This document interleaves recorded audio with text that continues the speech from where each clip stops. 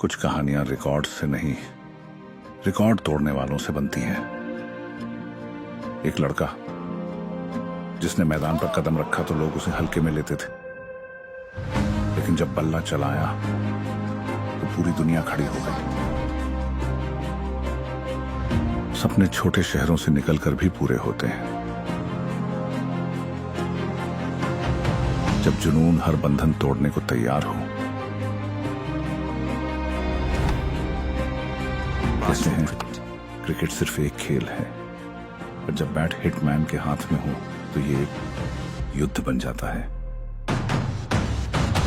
cricket मेरे लिए सिर्फ खेल नहीं,